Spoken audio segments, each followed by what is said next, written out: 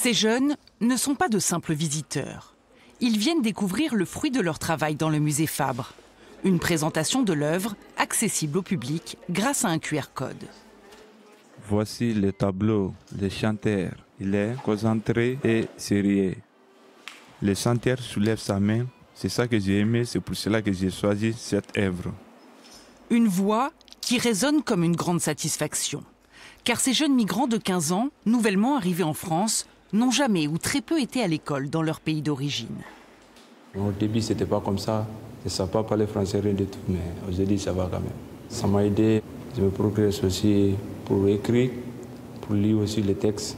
Ça va. Je suis fier. Et je te remercie, ma prof aussi, parce que ma prof qui m'a encouragé beaucoup pour ce travail. Car aujourd'hui, ces jeunes sont scolarisés au collège Simone Veil de Montpellier dans une classe spécialisée. Tout au long de l'année, par petits groupes, ils ont imaginé un texte avant d'aller au musée pour compléter leurs informations auprès d'une guide.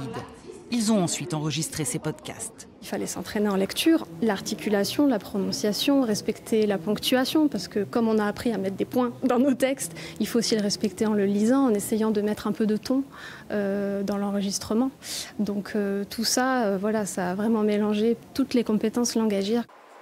Apprendre le français grâce à la culture, une méthode développée par le réseau européen Sirius, portée en France par des chercheurs de l'université Paul Valéry.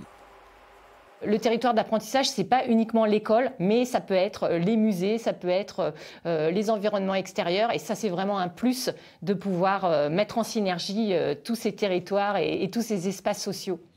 Ces 5 enregistrements, réalisés en français, mais aussi dans la langue natale des migrants, sont à découvrir au musée Fabre tout l'été.